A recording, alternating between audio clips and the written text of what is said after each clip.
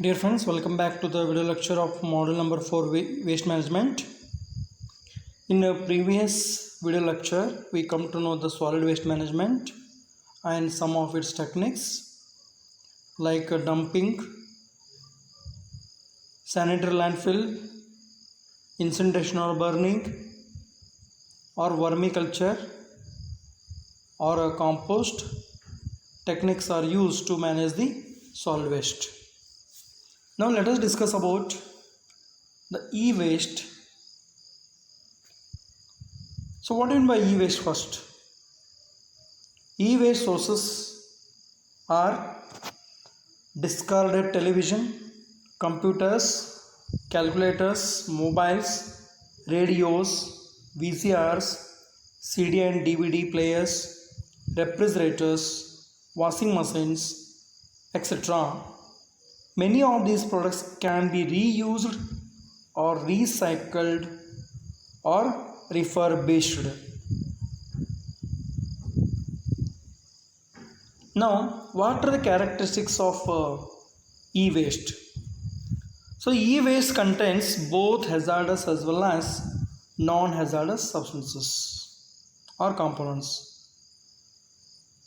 So, specifically, we are going to discuss here the hazardous components in e-waste may be like plastic, lead, mercury, cadmium, and arsenic.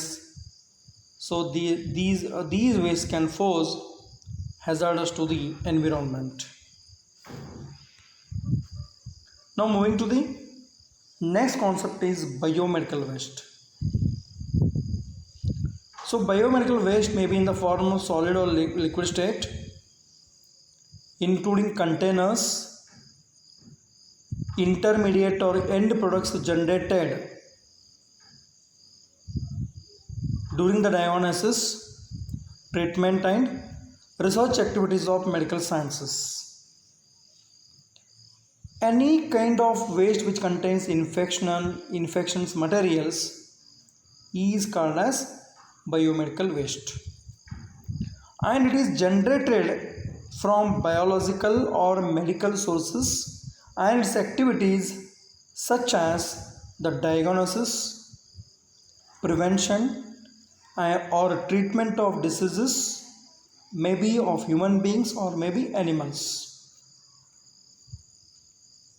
So biomedical waste, some specific examples. As you know that the waste produced from the hospitals may be in the form of needles, the blades, syringes, bandages, dressings, waste, discarded blood, gloves, lab reagents, expired or contaminated medicines, human or animal tissues, discarded body parts, microbiological cultures, etc. are some specific example for the biomedical waste. Now, what are the sources where the biomedical waste is generated? It is commonly known maybe hospitals or dispensary, nursing homes, clinics or dispensary, and veterinary houses. Pathological laboratories, blood banks, etc.